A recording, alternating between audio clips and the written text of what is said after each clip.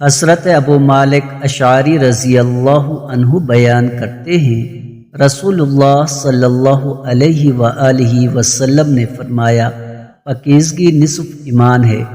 الحمدللہ میزان کو بھر دیتا ہے۔ سبحان اللہ اور الحمدللہ دونوں یا ان میں سے ہر کلمہ زمین و آسمان کے مابین کو بھر دیتا ہے۔ نماز نور ہے، صدقہ برہان ہے، صبر ضیاء ہے، اور قرآن تیرے حق میں یا تیرے خلاف دلیل ہوگا۔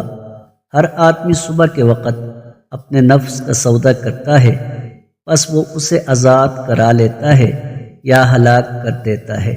مشکات المصابیح حدیث نمبر 281۔ حضرت ابو ہریرہ رضی اللہ عنہ بیان کرتے ہیں، رسول اللہ صلی اللہ علیہ وآلہ وسلم نے فرمایا، کیا میں تمہیں ایسا عمل بتاؤں جس کے ذریعے اللہ خطائیں معاف کر دیتا ہے اور درجات بلند کرتا ہے؟